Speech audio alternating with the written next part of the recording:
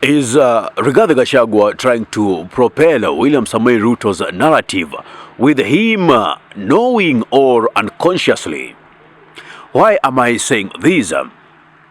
Remember the narrative where Rigathi Gachagua tells the people that to attend William Samoei Ruto's rallies or meetings, they need to demand a certain amount of cash.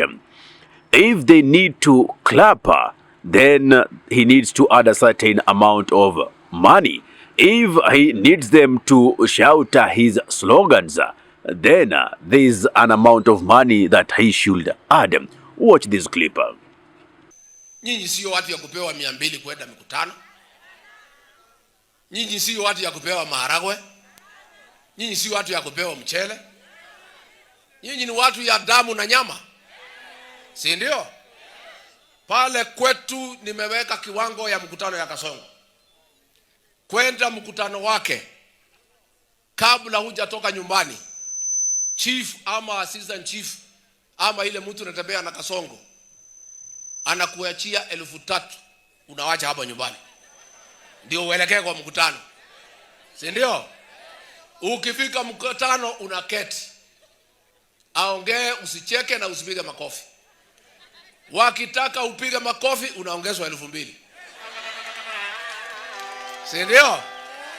Si ndio? Akitaka ucheke ati yaone meno ya Masai ile nyeupe kwa sababu ya maziwa, aongeze 2,000. Kwa hivyo kwenda mkutano ya Kasongo kupiga makofi na kucheka ni 7,000. Well, now that I brought you to terms and to the ground with what I mean, now we have William Samoei Ruto visiting places in Kenya. At the same time, we have the United Opposition claiming that there are underway plans to rig the 2027 general elections.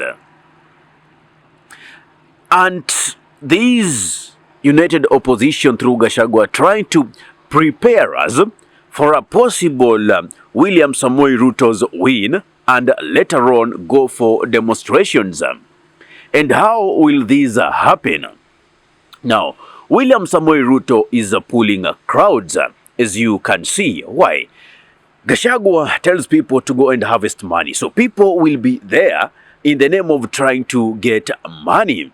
Now, what others in other regions will see are not people who have gone to get money from William Samoei Ruto, but rather people who are in support of William Samoei Ruto and his agenda.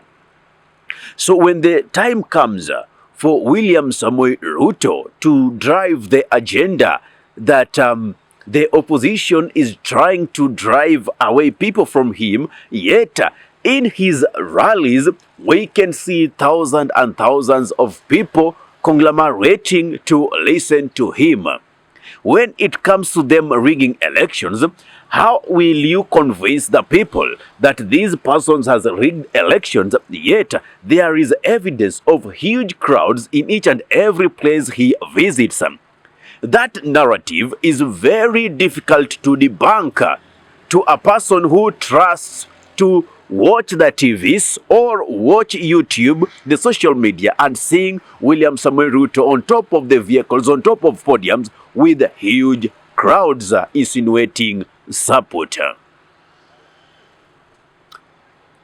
Could there be a possibility that the impeachment of Gachagua was not a mere accident, was just but a plan on how William Samoei Ruto will get back to power in 2027?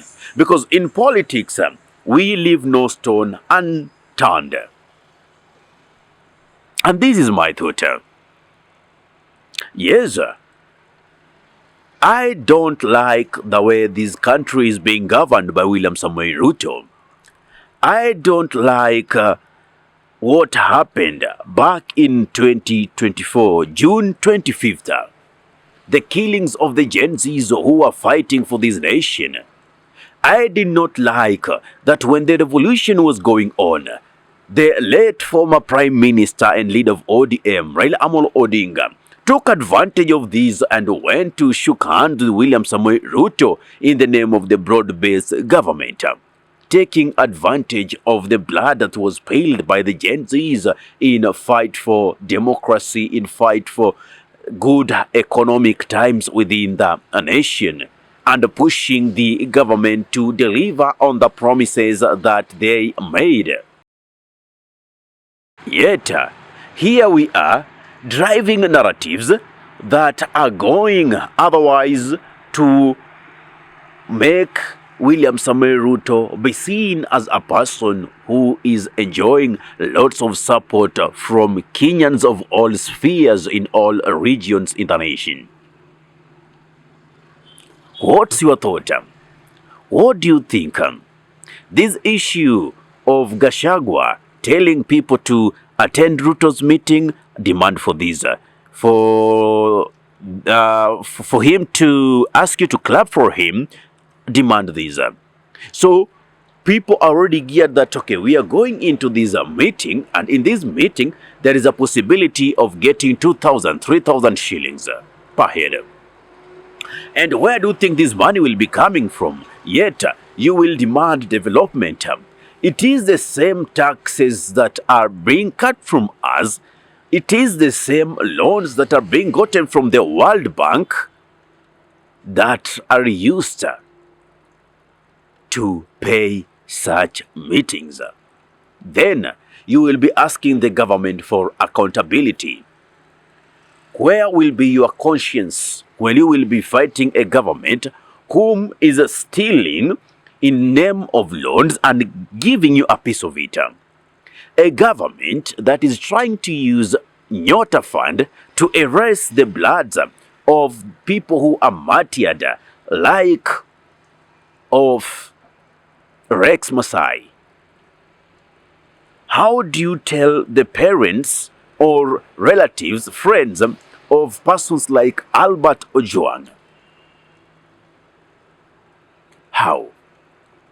Therefore, this narrative of Gachagua telling the audience to go to rallies of William Samoei Ruto but demand something, it does not augur well with me, because at the end of the day, yes, Ruto will get that money. He will give them.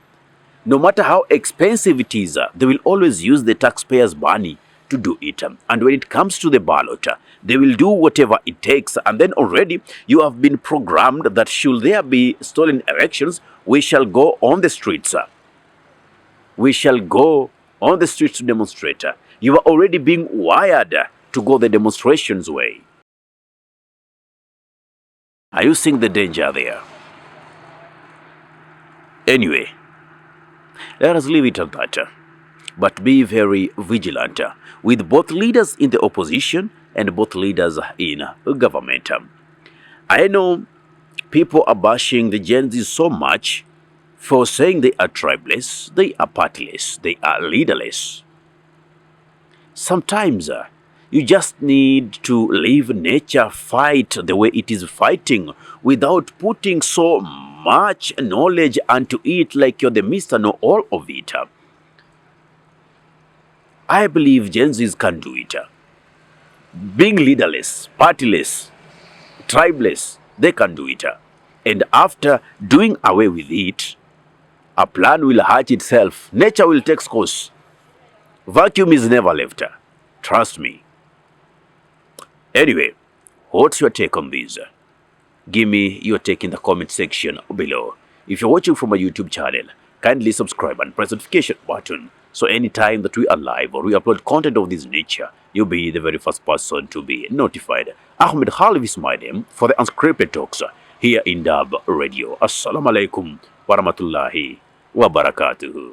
Kwa timba kali za Afrika, Dab Radio ndio mpango mzima.